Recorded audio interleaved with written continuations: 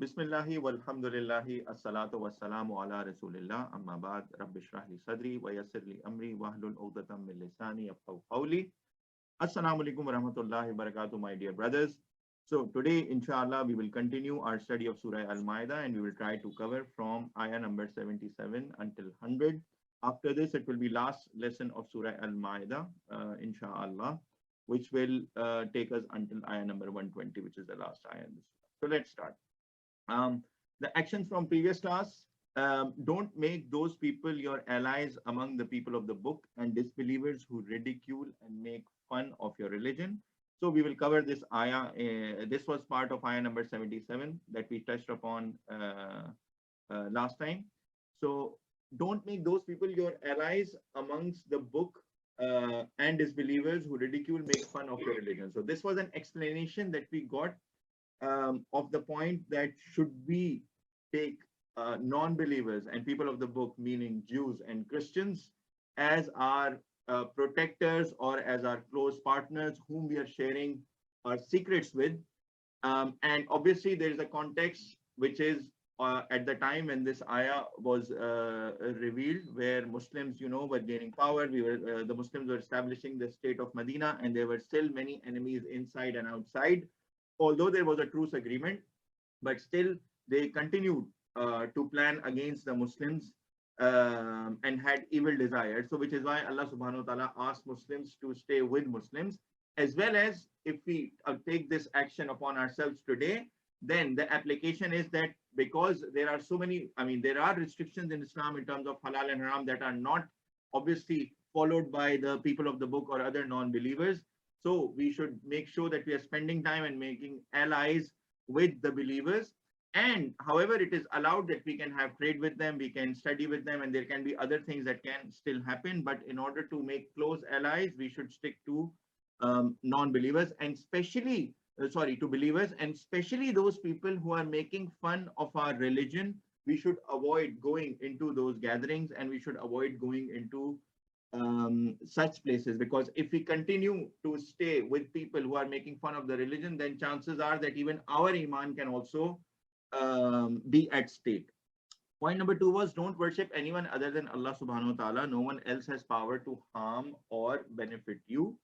Obviously, our belief as Muslims is La ilaha illallah Muhammadur Rasulullah sallallahu alaihi wasallam, and no one has power to harm or benefit us other than with the discretion of Allah subhanahu wa ta'ala, or with the permission of Allah subhanahu wa ta'ala. The last action in previous class was don't exceed in religion other than the truth, which is Quran and Sunnah for us, of course.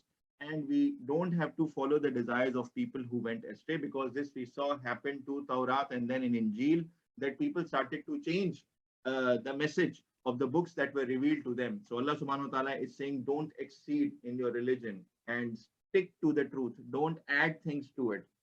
And the truth for us is Quran and Sunnah that we follow as Muslims. So moving forward to today's lesson, A'udhu billahi minash shaitanir rajim. Bismillahir rahmanir rahim. Qul ya ahlal kitabu la taghlu fi dinakum. This is ayah number 77, the last ayah where we stopped our lesson, the previous one. Say, O people of the book, do not exceed in your religion.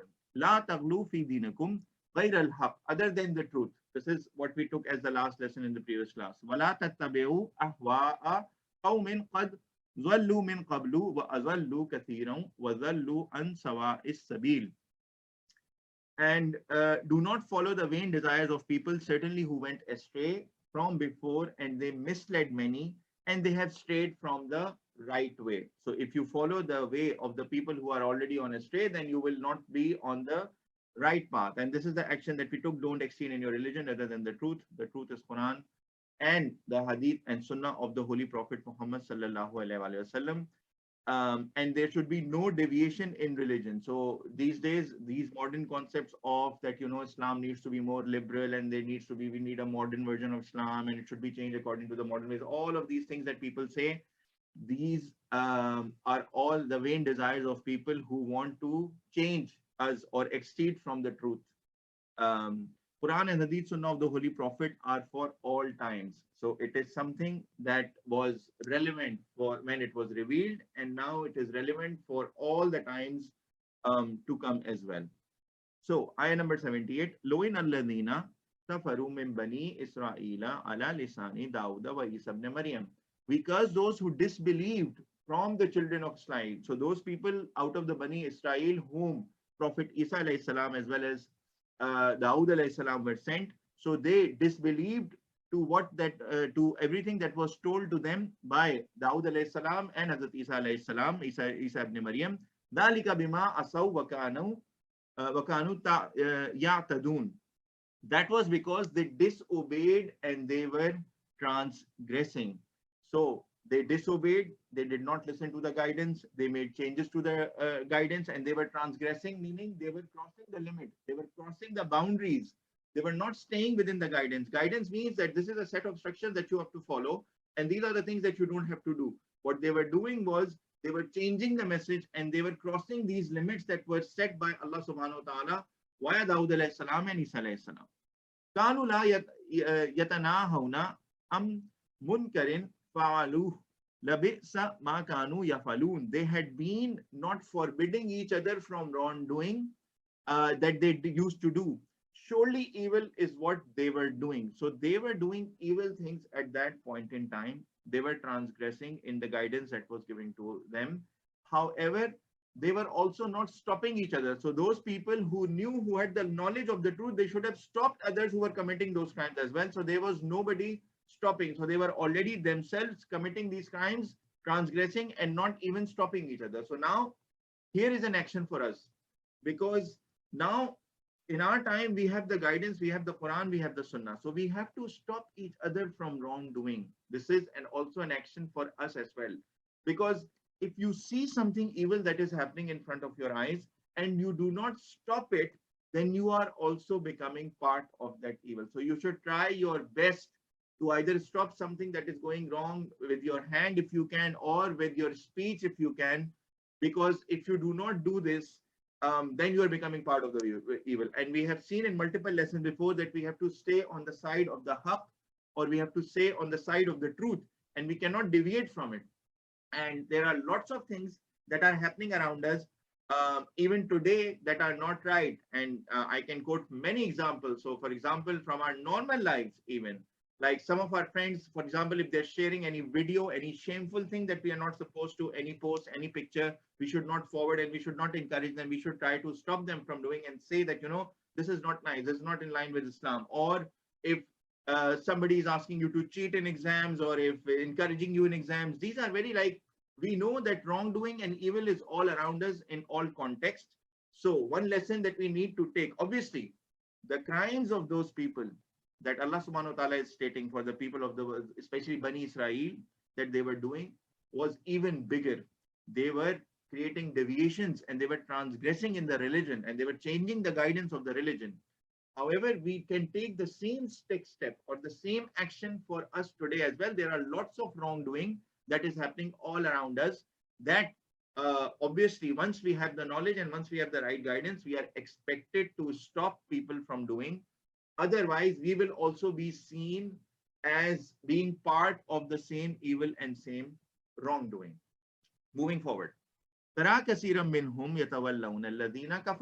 You see many of them taking as allies those people who have disbelieved. So now Allah subhanahu wa ta'ala is stating this is another sin that they are committing, that they are taking allies of those people who have disbelieved.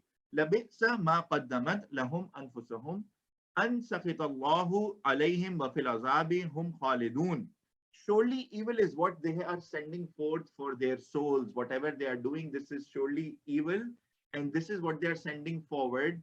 And Allah subhanahu wa ta'ala became angry with them, and in the punishment they will abide by forever. So they will get a punishment of hellfire where they will stay forever.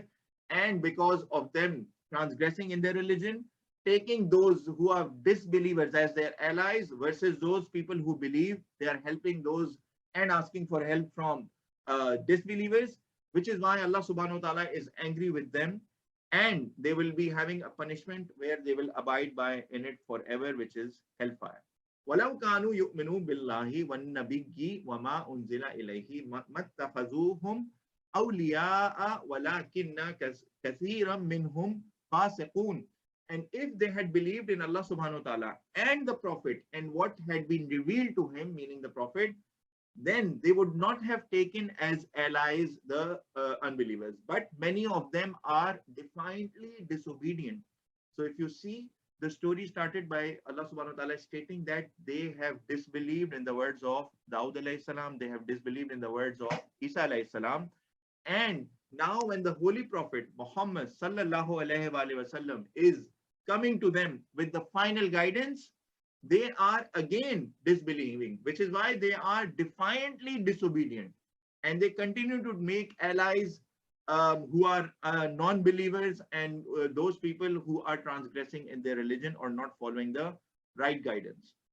لَتَجِدَنَّ أَشَدَّ النَّاسِ عَدَاوَةً لِلَّذِينَ آمَنُوا الْيَهُودَ وَالَّذِينَ أَشْرَكُوا. Surely you will find strongest of the people in enmity, meaning your strongest enemies to those who believe. So the strongest enemies of believers are those are who are the Jews and those who are polytheists. So among all the people of the book and the disbelievers, the Jews as well as the polytheists or people who worship multiple gods or who are the straightforward disbelievers, these are the people who are the strongest enemies. وَلَتَجِدَنَّ أَقْرَبَهُمْ مَوَدَّةً لِلَّذِينَ آمَنُوا الَّذِينَ قَالُوا إِنَّا نَصَارَى. And surely you will find nearest of them in affection to those who believe. So basically, who are the people amongst all of them? The closest to one, those who believe. We say we are Christians. So basically, Christians are the people who are closest to believers, while the Jews as well as the polytheists are the people who are against Muslims and anti-Islam as well. And we can even see it these days as well, that there are Jews and majority of course, it's not like they're saying every single person, but obviously there can be exception within the Jews and the non-believers that they are not against Islam. But here Allah subhanahu wa ta'ala is telling us that majority of the Jews and majority of the polytheists or disbelievers, like for example Hindus or other people, are directly and the biggest enemy of Islam. However, the Christians, they are the ones who are closest to the believers. And now Allah subhanahu wa ta'ala will explain us why this is the case. ذَلِكَ بِأَنَّ مِنْهُمْ قِسِّيسِينَ وَرُهْبَانًا وَأَنَّهُمْ لَا يَسْتَكْبِرُونَ. That is because among them are priests and monks and that they are not arrogant. So basically, they are the ones who do not do takabbur. La yastakbirun. They are not arrogant, which means that they are open. A person who is arrogant thinks highly of himself. We know everything. So like, for example, the Jews and the disbelievers, they think that, Muslims are nobody even. But here, Allah subhanahu wa ta'ala is telling us that Christians, their monks and their priests, their scholars, religious scholars, are not arrogant. So they are open to the message and their hearts are soft. So we will see it in the upcoming ayahs as well. وَإِذَا سَمِعُوا مَا أُنزِلَ إِلَى الرَّسُولِ تَرَى أَعْيُنَهُمْ تَفِيضُ مِنَ الدَّمْعِ مِمَّا عَرَفُوا مِنَ الْحَقِّ. And when they listen to what has been revealed to the Messenger sallallahu alaihi wasallam, you see their eyes overflowing with tears for what they recognize is of truth. So when now Allah subhanahu wa ta'ala is saying, why are Christians closer to believers? Because majority of them, when they listen to the Quran and what is revealed to the Holy Prophet Mohammed SAW, you see their eyes overflowing with tears because their hearts are soft, because they recognize the truth. يَقُولُونَ رَبَّنَا آمَنَّا فَاكْتُبْنَا مَعَ الشَّاهِدِينَ. And they say, our Lord, we have believed, so write us amongst the witnesses. We are the ones who are shahideen. Yes, we are witnessing that this is the word of Allah subhanahu wa ta'ala. So make us amongst the witnesses and make us among those who are successful. And here, I think there is one thing that we need to also realize and reflect back upon ourselves as well, is when Quran is being read, when the impact of is there an impact of Quran upon us when it is being recited? Are our own hearts is still soft or have they become hard? Do we still receive the message of the Quran with the same, let's say, iman and impact on our hearts that, even tears start to come up from our eyes as well? So this is a moment of reflection for all Muslims and all of us as well, when we are, getting connected with Quran as it is the word of Allah subhanahu wa ta'ala. One thing that I wanted to also mention here, and it is a very important message, and I know majority of you are boys in this class because we have a separate girls class that happens. I want to ask you guys a question. Are you all with me? First of all, Alhamdulillah. Alhamdulillah. Alhamdulillah. Alhamdulillah. Alhamdulillah. Excellent. Alhamdulillah. Have you ever heard that tough boys don't cry? Tell me, you guys unmute and give me your comments. What do you think about this statement that tough boys don't cry? Why are you crying? You're a boy. You're acting like a girl. Why are you crying? Have you heard this before? What do you think about this statement? Yes, sir, I have heard that brave boy don't cry. Yes, What do you sir. think about it? You have heard the I've statement, heard but it, what do but you no think? one's told it. I've heard it before, but no one said it. Very few Sorry, people. Aziz, you were saying something. You have heard it before, but Not a lot of people say it to me, and when they do, not I of just people don't say care. it to you, but you have Because the heard thing this is that statement. crying is just a way of expressing your emotions. When something happens to you that's beyond your capacity, and usually, like little kids, when something happens that's beyond their capacity and they can't do anything, they just cry. Same for Okay. everyone. Okay, so everyone can cry. I mean, if something happens beyond their capacity, very nice. Omer, yes, you want to say something? Omer, your hand is raised. Okay, so what I wanted to say here is Hello? that, yes, Omer, go ahead, please. Sir, I wanted to say for some people, crying is like a weakness, and so like boys in those times go on like wars and everything, and they act like they are the leader of the family. So if the leaders of the family cry, then what will the other people do? That's why I think they say boys don't cry. Very good point. Very good point, Umar, because normally in Muslims households, the expectation is that the male person or the father or the husband is the leader of the family. So if they cry, then what will be the impact? Or let's say if you are in they are leading, for example, an army, and then you start crying when you see the enemy. It doesn't make sense, right? So there are situations where you have to hold yourself, you have to show confidence, and you have to act bravely. There is another comment from Pike. Please go ahead. Pike, you have your hand raised. You want to say something? Assalamu alaikum, sir. Walaikum assalam wa rahmatullahi wa barakatuh. Please, Sir, this is the first class I'm attending, so I apologize for the previous classes. Can I get the recording for that, sir? Sure. So all the recordings are there on our YouTube channel, as well as you can find them on the website. Do you have any comment on the statement that you have in front of you? Yes, sir. I have one comment regarding that. When we look at the life of the Prophet ﷺ, so when he was stoned in Taif, so he cried. And there are many situations where Prophet cried, and it is the heart that cries. Like we can say that men don't cry or boys don't cry. Excellent point. Am I right, sir? Yes, you're right. You're correct, which is why this leads to my next slide, which is above statement is wrong. We should not think that tough boys don't cry. As I mentioned earlier, there are situations where you have to show courage. You're leading an army. You have yes, to because Sir Prophet was the bravest among us, or bravest among all the people at that time till Qiyamah comes. Yes, you're right. So basically, there are situations, as I was saying, that we have to show courage. That's fine. However, above statement is wrong because crying is one of the blessings of Allah subhanahu wa ta'ala. It lets us get rid of some of our emotions. So, when people say like tough boys don't cry and why, and you're a man and you're acting like a girl and all of these things, in certain situations, as even Aziz said earlier, sometimes you become overwhelmed. Sometimes things go beyond your capacity. So it is okay to cry. And another point that I wanted to make is if we link it to the ayah that we were going through, Allah subhanahu wa ta'ala mentions it in the Quran that those are the people who are closest to the believers, the Christians, when they hear the word of Allah subhanahu wa ta'ala and what was revealed to the Messenger sallallahu alaihi wasallam, they used to cry. And Allah subhanahu wa ta'ala is mentioning it as something that he likes. So Allah subhanahu wa ta'ala likes his slaves to cry out of taqwa, which means out of love and out of fear. So what we should do as well is we should try to find some moments with Allah subhanahu wa ta'ala. And this is an action that I took at least from this ayah as well. And I want you guys to follow as well, that we can put all our worries, when we cry, as Aziz said, it is something that goes beyond our capacity. That's something that, it's an overwhelming feeling that comes to us, right? Or it can be something that we are really happy about. So there can be a positive emotion and then tears start to fall in both situations. So whenever you are worried and whenever you feel that you have no other way to go out, when you are bogged down, it can be anything related to life. It is okay that you find a moment in any one of your prayers. It can be Isha, it can be Fajr, it can be any prayer, or even without prayer, you connect with Allah subhanahu wa ta'ala and you pray to him, Allah subhanahu wa ta'ala, I need your help.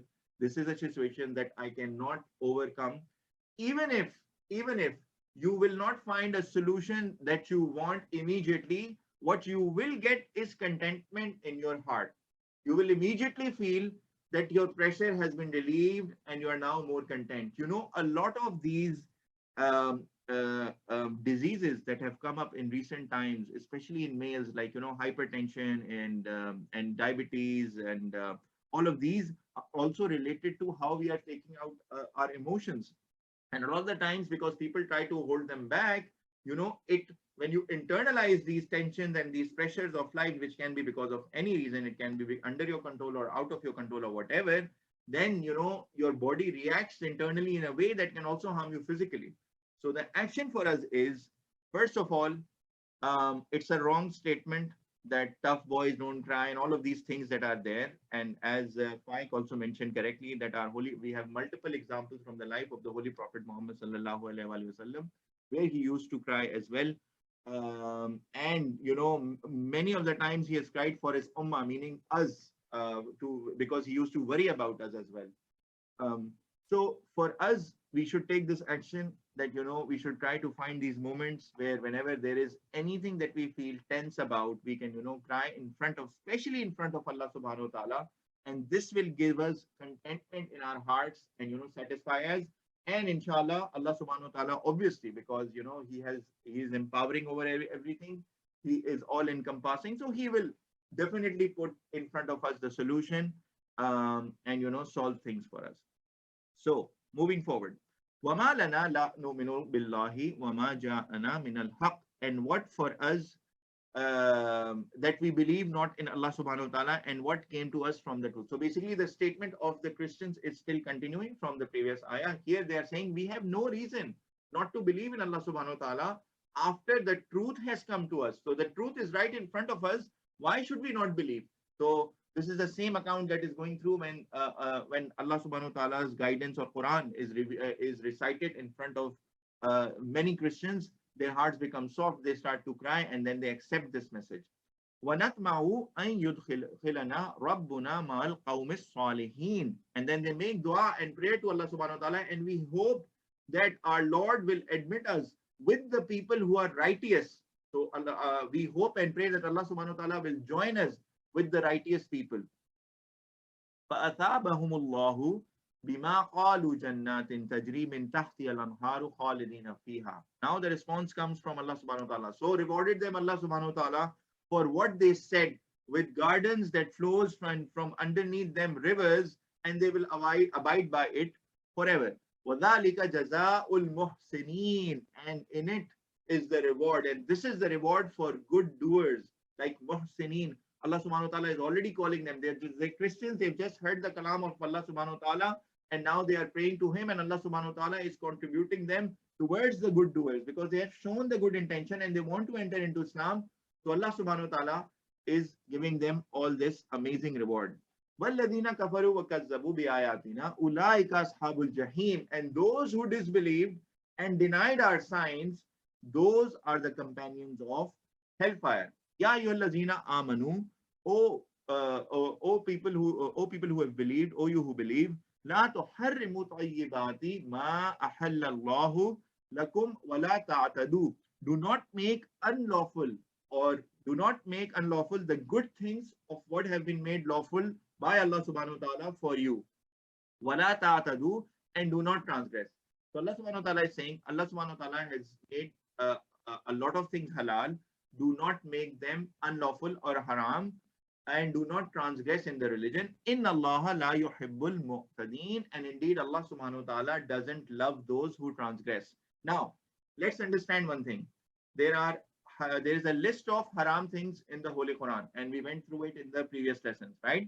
So there are many things that there are few things that Allah subhanahu wa ta'ala has mentioned as haram, and the rest of the things are halal.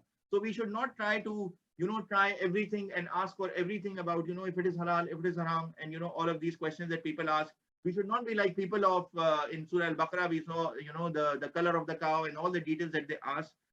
We are not supposed to ask a lot of these details.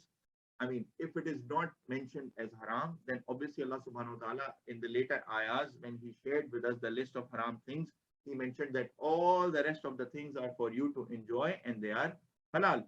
So, and one way of also transgressing in the religion or crossing the limits is, one way is that you go and you do haram stuff. So the forbidden stuff, you start to do that, that is you are crossing the limit. Another way is that Allah subhanahu wa ta'ala has made certain things halal for you or lawful for you, and then you start to say, no, this is haram and this is not allowed and this is haram. So this is the wrong attitude and wrong approach. A lot of the times, in our current times, in recent times, a lot of the people make and talk about, especially when new technology comes in, this is halal, this is haram, and they just may give the fatwa. No, this is not for us to decide, right? There is a hand that is raised by Osama. Osama, you have a comment or a question? Please go ahead. Yes, I have a question. You were talking about halal and haram. What is the concept of makruh? Okay, so there are things that are closer to haram, which are makruh, which are borderline haram. And makruh also we have to stay away from, because there are levels. Because now we are entering into the discussion of fiqh, or let's say Islamic scholarly point of view. And there are many books that are written, very valid books that we can go through, because we are going through the Quran and we are trying to understand it from Sahih Hadith as well.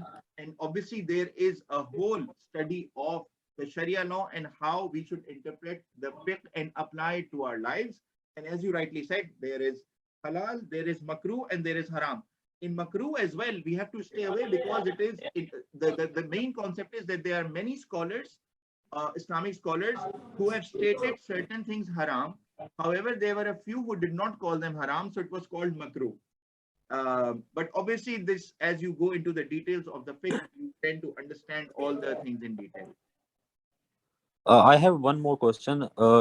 Is the concept makruh was in the time of Prophet, or after that the ulamas and the scholars have put it in the table and As far means as my, yes, I got your question. As far as my limited knowledge is, and from what my understanding is, the concept of makruh came after the time of the Holy Prophet Mohammed SAW. Why? Because when he was himself there, he was getting the revelations from Allah subhanahu wa ta'ala, and he could directly tell the companions or the people who were around him, okay, we need to do this, follow this, and abstain from this. There was nothing that there was in anything that was doubt. And even in today as well, like when we look at a lot of the Islamic scholars who were learned and they have done the ijtihad, or they have discussed things that were not really clear in the Holy Quran, and then also in the Hadith and the Sunnah of the Holy Prophet Mohammed SAW.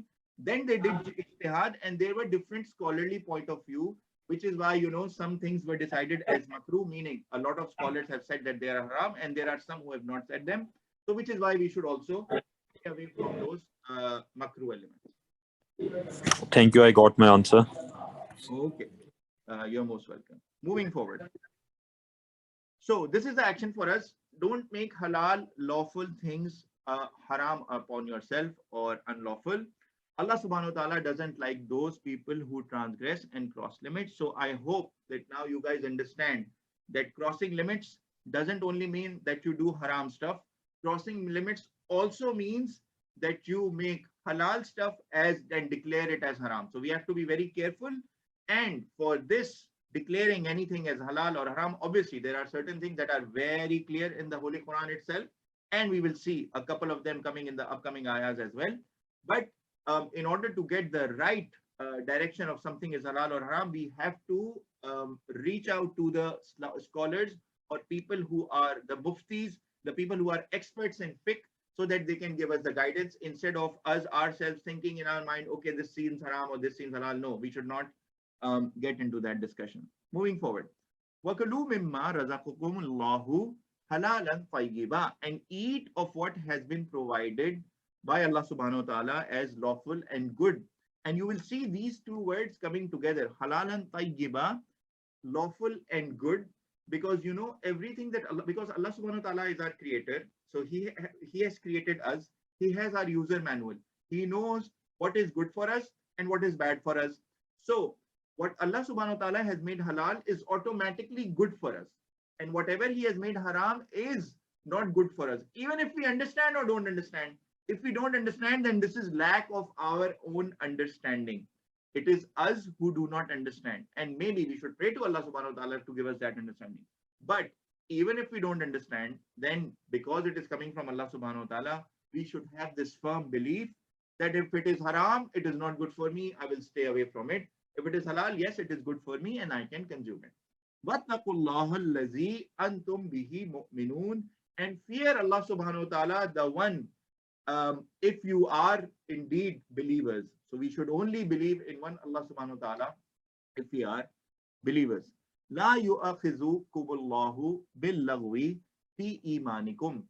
Allah subhanahu wa ta'ala will not bring you to account for the thoughtless utterances in your oath. So, in a matter of language or in a matter of speak, some people say, Wallahi, I will not do this, or I will, by God, I will do this, and all of these things. So when you are making an oath that is thoughtless and it's just part of your speech, then Allah subhanahu wa ta'ala will not call us to account for it.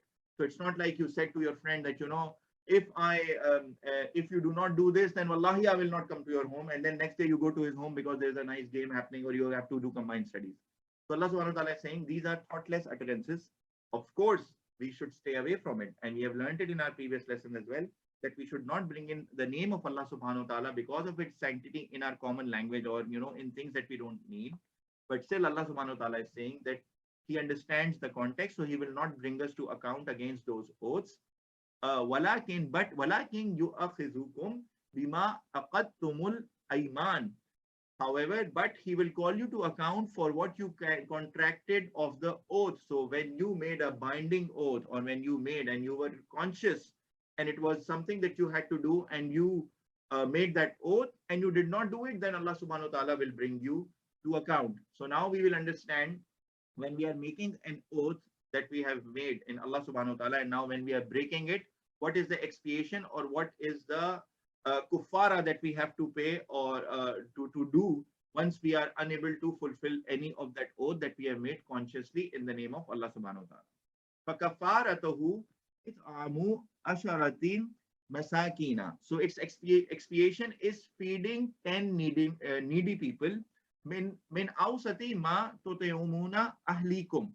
So how much you have to feed the needy people? 10 people of what you feed as an average of your family. So you should not take, my younger daughter eats, one or half a bread piece of bread, so I will just give it to them. And no, the average of your family. So you have to be, you should have to good intention. So feed 10 masakin, needy people, of what you feed average of your family. Or au kiswatuhum, or clothe them, provide them clothing equivalent to that. Au tahriru raqaba, or free a slave. Obviously these days we don't have slaves, so that option is out for us in current times. However, there are the other two options that are available. And then on top of it, faman lam yajid fasayamu thalathati ayyam. But whoever does not find it, but then whoever does not have the means to feed 10 people, however he has broken a promise, then he should fast for 3 days, days as an expiation of breaking the oath by the name of Allah subhanahu wa ta'ala. ذَلِكَ كَفَّارَةُ أَيْمَانِكُمْ إِذَا حَلَفْتُمْ. That is the expiation of your oaths when you have sworn. وَاحْفَظُوا أَيْمَانَكُمْ, and guard your oaths. So here Allah subhanahu wa ta'ala is saying, be conscious of your oaths. Don't just start throwing or using Allah subhanahu wa ta'ala's name in common language. So we have to guard and protect our oaths. And guarding the oaths means if you break them, then you have to do the expiation that Allah subhanahu wa ta'ala is saying, so that we are more conscious. And by the way, we need to realize, where is this? When we feed 10 people, it doesn't go directly to Allah subhanahu wa ta'ala. However, Allah subhanahu wa ta'ala has added a cost to it, so that we are committed to our oaths. Generally, we are committed to things where there is a cost attached to it, right? If nobody cares and you can just break the oath and make the oath, then there will be no value or those no significance. So Allah subhanahu wa ta'ala has given this as a expiation or compensation when we are breaking the oaths, and we should guard our oath. كَذَلِكَ يُبَيِّنُ اللَّهُ لَكُمْ آيَاتِهِ لَعَلَّكُمْ تَشْكُرُونَ. Thus, Allah subhanahu wa ta'ala makes clear to you his verses so that you may be grateful. This is all for us to have shukr of Allah subhanahu wa ta'ala. By the way, this expiation is also a means to have shukr of Allah subhanahu wa ta'ala that yes, we committed to something, we were not able to do it. So Allah subhanahu wa ta'ala gave us several options. Feed 10 people, average of your family. He's not saying feed them premium food or food that is highly expensive. No, he's saying whatever you feed your family, feed 10 people. If you cannot, give them clothes. If you cannot, then you can even free up a slave. If you cannot do all of this, then you have to do 3 days fast as a compensation. So I hope this point is clear. Moving forward. Ya ayyuhallazina amanu innamal khamru wal maisiru wal ansabu wal azlamu rijsum min amali shaytani fajtanibuhu la'allakum tuflihun. Now the absolute guidance or absolute ayahs on gambling, drinking are coming. So I need your attention. This is a direct guidance that comes in the Holy Quran itself. O you who believe, verily the intoxicants, anything that gets you intoxicated, it can be alcohol, it can be a drink, it can be any other form of intoxicant that makes you lose your mind or when you're not in control of your mind, and the games of chance and sacrifices at altars. At that point in time, people used to go to gods and used to sacrifice in the name of their gods, not Allah subhanahu wa ta'ala, and divining arrows. So there was a tradition in Arabs at that point in time that they used to throw arrow in the air and then see where it is landing. Is it landing on the land or on the water? And then they used to decide. So it was just a game of chance to decide things, to have wealth, or to decide or to divide wheat amongst themselves. I think we read about this practice in one of our previous lessons as well, that this is how they used to divide the wheat that would come to them and food. So all these forms, Allah subhanahu wa ta'ala is saying that these are the work of shaitan. So avoid them so that you may be successful. We just got to learn that whatever Allah subhanahu wa ta'ala says halal has goodness in it.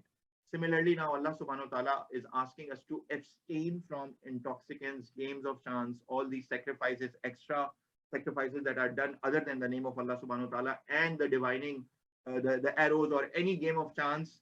Allah subhanahu wa ta'ala is saying these are games of shaitan, so avoid them so that you may be successful. Action for us. Intoxicants, gambling, and all games of chance are works of shaitan. We have to stay away from them so that we may be successful. Moving forward, further explanation will come. Sorry, there is a raised hand from Aziz and Sana. Please go ahead. So does that mean like rock paper scissors? Like if you're trying to use rock paper scissors to decide a small thing, would that mean that using rock paper scissors to describe it is wrong, is haram? Listen, the thing is, again, I Or don't like want flipping to. a coin? Sure. I don't want to get into the fiqh discussion. Obviously, you can check it from an Islamic scholar, the details of the situation. But any game of chance, and normally it should have a value associated. So the winning and losing, and then we can say, okay, fine, there is some harmless thing. Ideally, Allah subhanahu wa ta'ala also says in the Holy Quran that when Allah subhanahu wa ta'ala defines the limits and boundaries, we should try to stay away. Because someone who gets into the habit of deciding things on the game of chance, like flipping a coin, rock, paper, scissors, and these games that kids have, all of this is building a habit.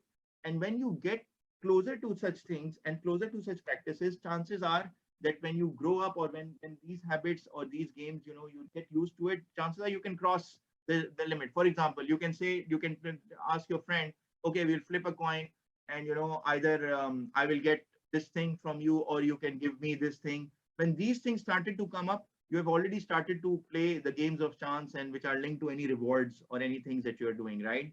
So here, I think from my standpoint, when I read this ayah from the Holy Quran, what I would do as an action for myself is I would just completely abstain and stay away from them, even if it is a light thing, even if it is a joke, even if there's no value associated with it. That's what I would do at least. But obviously, the exact situations you can ask an Islamic scholar or a mufti who is well versed. There are other hands getting raised. Osama, you have a question or a comment? Yes, sir. I would like to say that there's someone asking in the chat that smoking is haram or makruh. Okay, so now again, we are getting into the fiqh discussion. I know in the image there is smoking. So is it haram? Is it makruh? So it is basically you are inflicting damage to your body. And it depends. Obviously, people don't get intoxicated with smoking. But this is something again that we need to refer to fiqh. But even, I mean, for example, if people say, okay, it's makruh, it's not really haram. Okay, fine. Even if it is makruh, then stay away from it, right? As a Muslim, we want to be successful. So all of these things are proven to do harm to our bodies. And with all these warnings on the labels and everything that is mentioned, might as well stay away from them. There is no point. I mean, there are so many halal things to enjoy and be cool about. So I would rather stay away. And yes, I mean, on the specifics of if something is haram or makruh, we can always look into the fiqh, because I'm not Islamic scholar, so I'm not directly commenting on it. Okay, moving forward. إنما يريد الشيطان أن يوقع بينكم العداوة والبغضاء في الخمر والميسر ويصدكم عن ذكر الله وعن الصلاة فهل أنتم منتهون. So here Allah subhanahu wa ta'ala will tell us that how these things harm us. And there is a situation that happens to us today as well that I want to highlight as well. So Shaitan intends only to cause between you enmity, meaning make you enemies, and the hatred through intoxicants and gambling. Because when you are intoxicated, when you have drunk, when you have lost your senses, then you don't know what you're doing. You don't know what you're doing. So you can harm someone, you can fight, you can drive while you're you're intoxicated. Maybe you have consumed alcohol or any other thing, and then you can hit someone. And these gambling. And it hinders you from remembrance of Allah subhanahu wa ta'ala and from the prayers. So will you be the ones who abstain?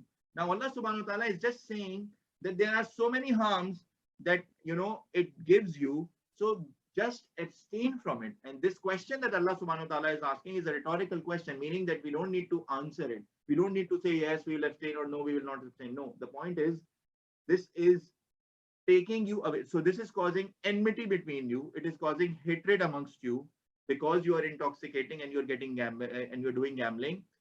And it is hindering you from the remembrance of Allah subhanahu wa ta'ala and from the prayer.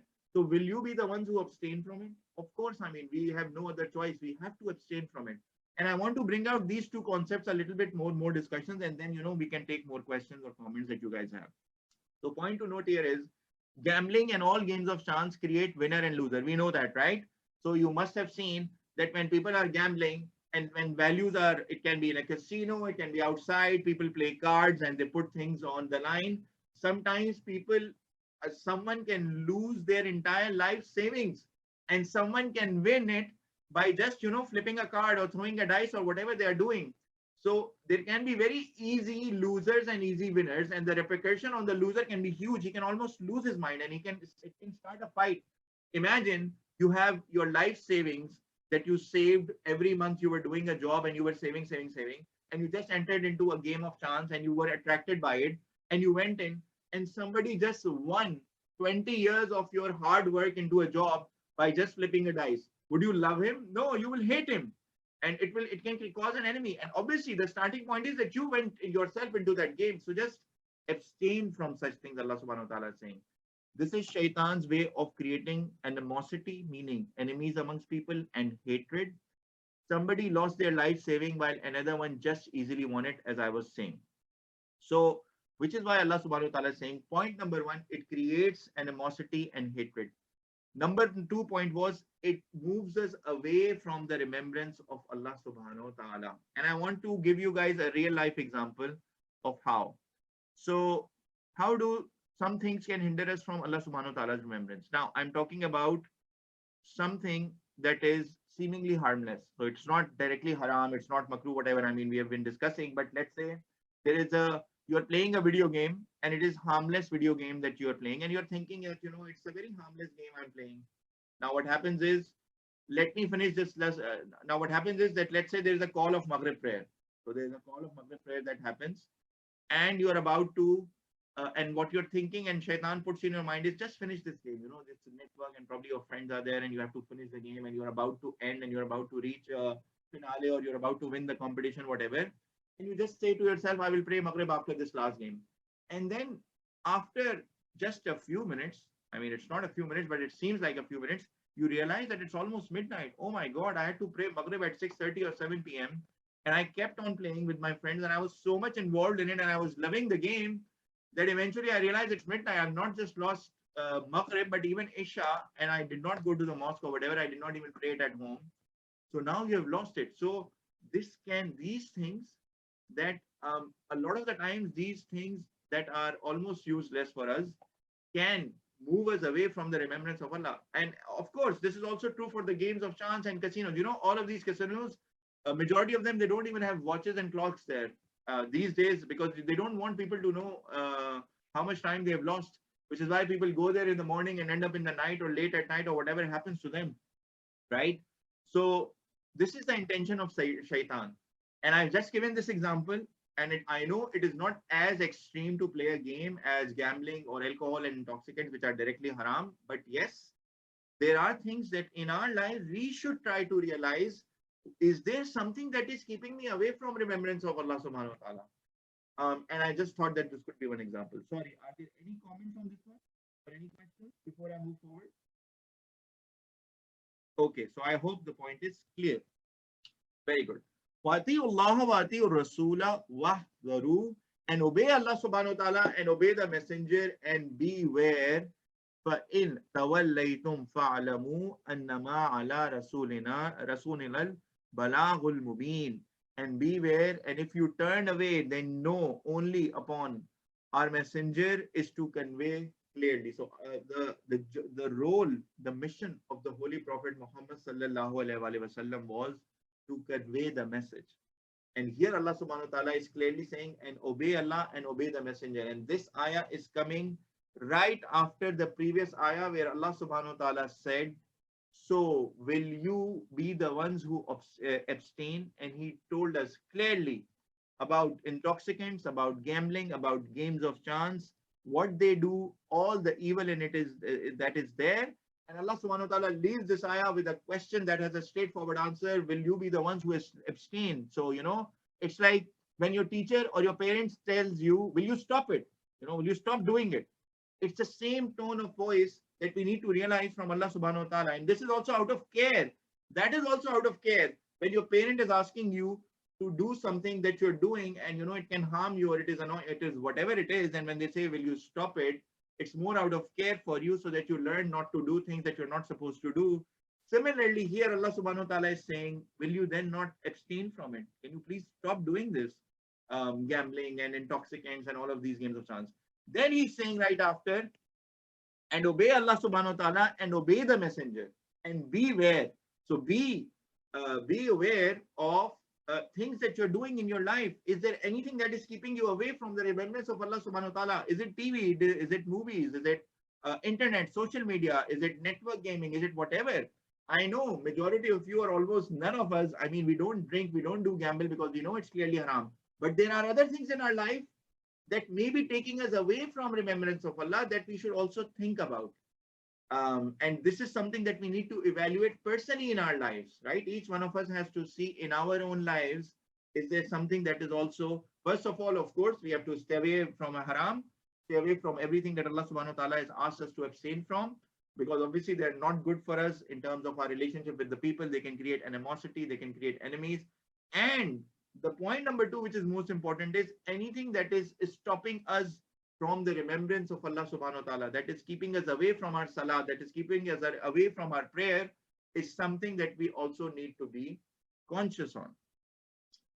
Moving forward, لَيْسَ عَلَى الَّذِينَ آمَنُوا وَعَمِلُوا الصَّالِحَاتِ جُنَاحٌ فِيمَا طَعِمُوا إِذَا مَا اتَّقَوْا وَآمَنُوا وَعَمِلُوا الصَّالِحَاتِ ثُمَّ اتَّقَوْا وآمنوا ثم اتقوا وأحسنوا والله يحب المحسنين.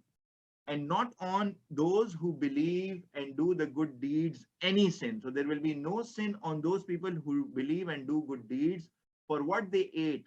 And when they fear Allah subhanahu wa ta'ala and then they believe and then they do the good deeds, then they fear Allah subhanahu wa ta'ala and believe and then they fear and do good deeds. So here Allah subhanahu wa ta'ala is explaining us a positive cycle of iman in us, a positive cycle of how the Muslim should behave. So there is no sin on people, those who believe and they do good deeds. Once we start to do good deeds and then start to follow the instruction of Allah subhanahu wa ta'ala, this is the entrance of Islam. This is where you enter into Islam, and then you have to fear Allah subhanahu wa ta'ala and believe, and then you become a believer. And then further, then they do the good deeds, because good deeds also are a source of boosting our iman and increasing our iman. Then they fear Allah subhanahu wa ta'ala whenever they are doing, even when you're doing good deeds, you should fear Allah subhanahu wa ta'ala. Do you recall in Surah Baqarah, we read about Hazrat Ibrahim alayhi salam building the house of Kaaba with his son, and he was consistently asking for forgiveness. He was doing one of the most noblest of deeds that Allah subhanahu wa ta'ala himself asked, and he was asking for forgiveness of Allah subhanahu wa ta'ala. Why? Because all acts of human beings, all our acts are not perfect. Even when we are praying, we know we are distracted. Even when we are doing something, when we are doing charity, we know that, is it completely concealed or not? So there are a lot of things, a lot of good deeds that we do that we have to always ask Allah subhanahu wa ta'ala for forgiveness of them as well. And during our lives, we'll continue to commit sins as well and make mistakes. So we have to go back to Allah subhanahu wa ta'ala immediately out of his fear and out of love as well, that when you love someone, you don't want to offend them. So here as well, the word taqwa or the taqwa of Allah subhanahu wa ta'ala means the mixed feeling of fear and love as well, that we don't want to offend Allah subhanahu wa ta'ala because we love him so much. And then they believe and they fear and they do good. Wallahu yuhibbul muhsinin, and Allah subhanahu wa ta'ala loves the good doers, the people who are muhsin or muhsinin.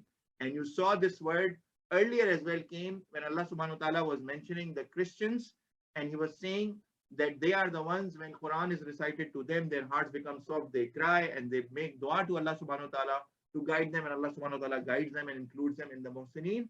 So here as well, we see the full cycle of the believer, those people who believe and do good deeds, and they fear Allah subhanahu wa ta'ala, and then they believe, they again do good deeds, they continue to fear Allah subhanahu wa ta'ala. And that's how Allah subhanahu wa ta'ala loves the muhsineen. May Allah subhanahu wa ta'ala include all of us and our families and our loved ones and everyone amongst the muhsineen. Ameen ya Rabbil Alameen. Moving forward. Ya ayyuhalladhina amanu layabluwannakumullahu bishay'in minas sayyidi tanaluhu aydikum wa rimahukum liya'lamallahu man yakhafuhu bil ghayb. O you who believe, surely Allah subhanahu wa ta'ala will test you through something of the game and it can reach your hand. So basically, here Allah subhanahu wa ta'ala is talking about when you're going for pilgrimage and you are asked not to hunt. So here the game means hunting, the game of hunting. And at that point in time, Allah subhanahu wa ta'ala wanted to, and it's a test of iman as well, that when, in those tough times when people used to make those journeys for pilgrimage, then Allah subhanahu wa ta'ala told them that all the animals that they are bringing in for sacrifice, they can only sacrifice and eat from them once they have done the pilgrimage and completed. Otherwise, they had to carry their provisions with themselves. And it was forbidden for them, and we learned that in the previous lesson as well, that it was forbidden for them to do any hunting or hunt. So here Allah subhanahu wa ta'ala is saying, oh, you who believe, surely Allah subhanahu wa ta'ala will test you through something of the game, and it can reach your hands and your spears. It will be so easy for you to kill that deer or for you to kill that animal. It will be so close to you. However, Allah subhanahu wa ta'ala wants to make it evident and make it clear those people who fear in him and in the unseen. At that point in time, at that moment of when you are in the desert, in the heat, and an amazing animal is in front of you while you're going for pilgrimage, the only thing that will stop you during that moment is the iman in Allah subhanahu wa ta'ala and the unseen. So you will let go and you will let that animal pass. You will not hunt and you will not eat from or benefit from what it has to offer you as food. فَمِنِ قَدَى بَعْدَ ذَلِكَ فَلَهُ عَذَابٌ أَلِيمٌ. And whoever transgressed after that, then for him is a painful punishment. يَا أَيُّهَا الَّذِينَ آمَنُوا لَا تَقْتُلُوا الصَّيْدَ وَأَنْتُمْ حُرُمٌ. O you who believe, do not believe, O you who believe, do not kill the game while you are in Haram, meaning do not hunt. Do not kill any animals while you are in a state of Haram and you are moving for pilgrimage. وَمَنْ قَتَلَهُ مِنْكُمْ مُتَعَمِّدًا فَجَزَاءٌ مِثْلُ مَا قَتَلَ مِنَ النَّعَامِ يَحْكُمُ بِهِ ذَوَى عَدْلٍ مِنْكُمْ هَدْيًا بالغ الكعبة أو كفارة طعام مساكين أو عدل ذلك صياما ليذوق وبال أمره.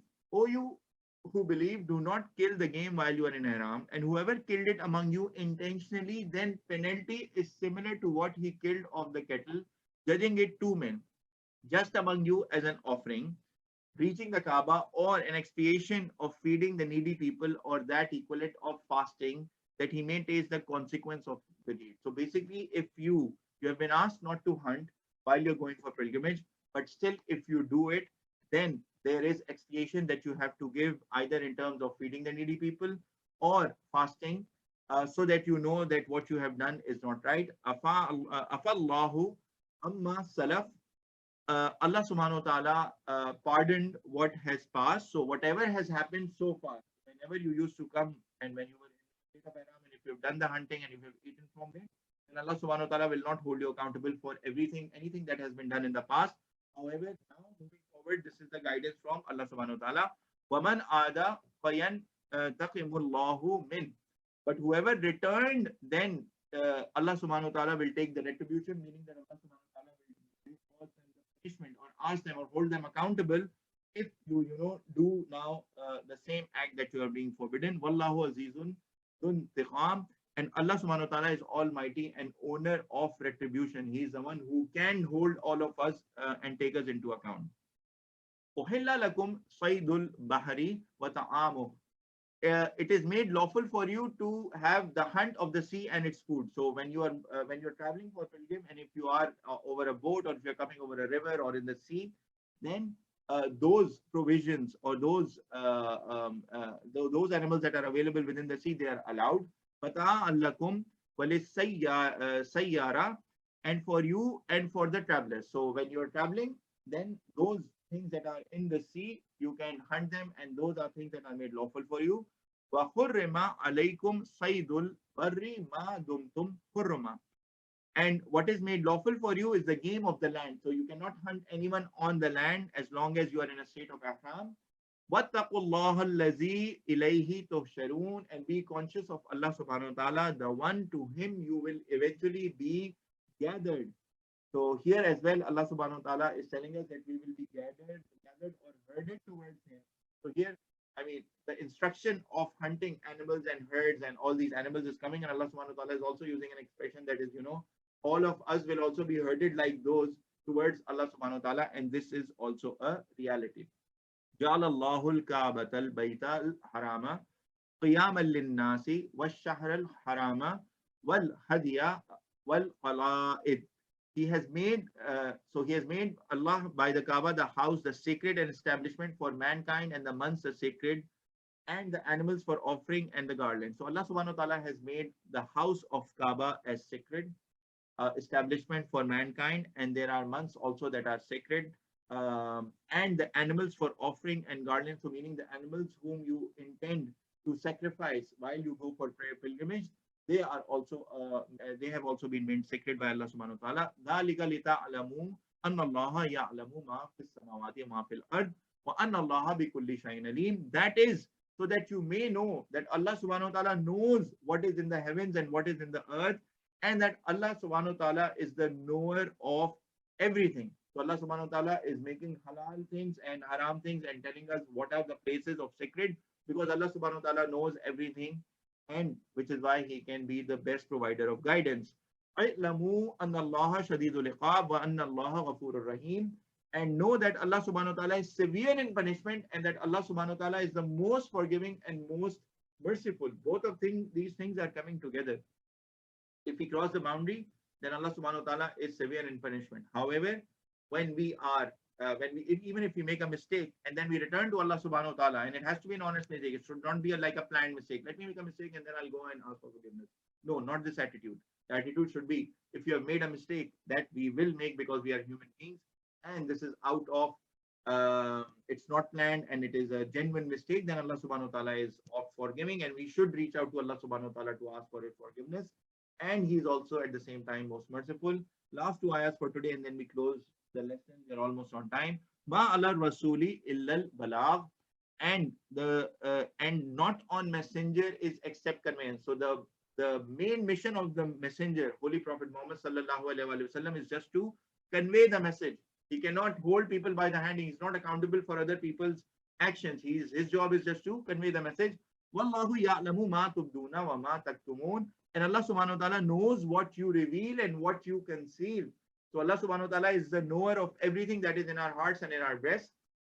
قُلْ لَا يَسْتَوِي الْخَبِيثُ وَالطَّيِّبُ وَلَوْ أَعْجَبَكَ كَثْرَةُ الْخَبِيثِ. Not say are equal the evil and the good, and even if you impress in abundance, even if the abundance of the evil impresses you. So the first thing is, Allah subhanahu wa ta'ala is saying that the evil and the good are not equal. Even if you see in this world that the evil is in abundance or it is thriving, a lot of people say, look at the people of the West, look at them. I mean, there's so much, Allah subhanahu wa ta'ala is giving them so much in this world, and you get impressed by them that, look at the abundance. However, the evil will remain evil. So for example, you can go to a casino and say, look at the khair out of it. So many people are earning so much money out of it. Look at him. He went in with a $1 and he came in with $1,000 or $100,000. There's so much khair in it, probably, Some people can think like that. Allah subhanahu wa ta'ala is saying the evil is evil and the good is good. Even if you see abundance in evil, then, what we have to understand is we have to always stay away from evil. So, فَاتَّقُوا اللَّهَ يَا أُولِي الْأَلْبَابِ لَعَلَّكُمْ تُفْلِحُونَ. So fear Allah subhanahu wa ta'ala, O men of understanding, so that you may be successful. We have a clear guidance. What is evil? What is wrong? What is good? So we need to follow that guidance so that we are successful. Actions from this class before we could close today's lesson. Number one, we have to stop each other from wrongdoing. Not stopping evil is also means that you are also part of evil. We discussed this part in the lesson earlier today, that and this was in the context of the people of the book and the disbelievers who used to first of all negate the guidance that was sent to them and brought to them. And this was mainly mentioned for Bani Israel when they received the messages from Issa alayhi salam and Dawood alayhi salam. They negated them, they disbelieved in them, and they used to not stop each other from wrongdoing. Even if we take this action for us today, there is a lot of wrongdoing that is across, that happens in front of our eyes. So for us as well, stopping people from doing wrongdoing is very, very important. We have to stop them by hand, or we have to stop them by words, our words, because not stopping evil is also becoming part of the evil. Action number two, Allah subhanahu wa ta'ala likes his slaves to cry out of taqwa, love and fear. And we talked about where there's a statement that goes around that, tough boys should not cry and boys don't cry. Why are you being so girly? And all of these things, especially for boys, are being said. However, Allah subhanahu wa ta'ala likes his slaves who cry out of taqwa, out of his love and his fear. And, so this means that we should find moments in our life, maybe during prayers, during Fajr, during Isha, or any other moment that you can find peacefully, that you connect with Allah subhanahu wa ta'ala, and you put all your worries and tensions in front of Allah subhanahu wa ta'ala. What it will help you what it will help you to achieve is that you will get contentment in your heart, and you will get sabr in your heart, and immediately you will feel content, versus being tense for that. And we also discussed that there are multiple diseases that have been caused as well, like hypertension and diabetes, that happens because people take so much tension and there's no outlet for them to let go of it. And when they feel like, oh my God, where should I go? I cannot find anywhere. That's where it starts to build and harm them physically as well. So here Allah subhanahu wa ta'ala likes those people and likes his slaves who cry out to him. And we heard and we read it in the context of those Christians who used to get the guidance from Allah subhanahu wa ta'ala, and they would cry in front of when they were used to hear the words of Quran from the messenger Muhammad sallallahu alaihi wasallam. So we should take that action as well for ourselves. And also we should try to feel the words of Quran. And whenever we are faced with an issue or a problem which is beyond our capacity, where we feel overwhelmed, it is okay to cry and take it out, especially in front of Allah subhanahu wa ta'ala, so that eventually He helps us and make us content. Action number 3 was don't make halal lawful things haram, which is unlawful, because Allah subhanahu wa ta'ala doesn't like those people who transgress or cross limits. So crossing limits just doesn't mean that you do haram things, but crossing limit also means that you make halal or lawful things haram upon yourself or other people. So Allah subhanahu wa ta'ala doesn't like people who transgress, cross the limits in either way, either doing haram or declaring halal things as well as haram. Finally, the last action that we took was, and this is now the final guidance on intoxicants and consumption of alcohol and all such things that make us lose our mind or can make us out of control. Intoxicants, gambling, and all games of chance are works of shaitan. Stay away from them so that you may be successful. And Allah subhanahu wa ta'ala said also in the following ayah that by these things, shaitan generates animosity and make people enemies amongst themselves. Because obviously you are, when you are intoxicated, you are out of your mind and you don't know what you're doing. Similarly, when you're gambling and games of chance, we learned that there are winners and there are losers. Someone can lose their life earnings and someone can win it just by flipping a coin or a card or throwing a dice. So this creates also enemies and hostilities and animosity. And there is another thing, that these things keep us away from the remembrance of Allah subhanahu wa ta'ala, which is also a very, very important point for us. And we said that an action for us, obviously many Muslims, majority of us do not take intoxicants or do gambling and all of these things because we know that these are haram. However, we should be careful about things that are keeping us away from the remembrance of Allah subhanahu wa ta'ala. This is a very, very important next step for us from this as well, that stay away from things as well who can keep you. And we saw an example, for example, you're gaming with your friends and all, and then azan, let's say, comes up, and then you say, okay, fine, I'll pray. Then you're so much involved in the game that you forget about it. And then the prayer time passes, or, and you miss the entire thing. And so anything that keeps you away from the remembrance of Allah subhanahu wa ta'ala. And this is for us to individually see in our lives what are the things that cause us to stay away from remembrance of Allah subhanahu wa ta'ala. And of course, we have to stay away from clearly things which have been made haram by Allah subhanahu wa ta'ala. So this is the end of today's lecture. Are there any other things, final comments before we close this class? Okay. So subhanakallahumma wa bihamdika ashhadu an la ilaha illa anta astaghfiruka wa atubu ilaik. Oh Allah subhanahu wa ta'ala, you are pure from imperfection and all praise is due to you. I bear witness that there is no one worthy of worship besides you. I seek forgiveness from you and return to you with my full obedience and with your full obedience. Assalamu alaikum wa rahmatullahi wa barakatuh. Inshallah, I will see you guys next week, same time. Wa alaikum Assalamu assalam wa alaikum rahmatullahi wa wa barakatuh.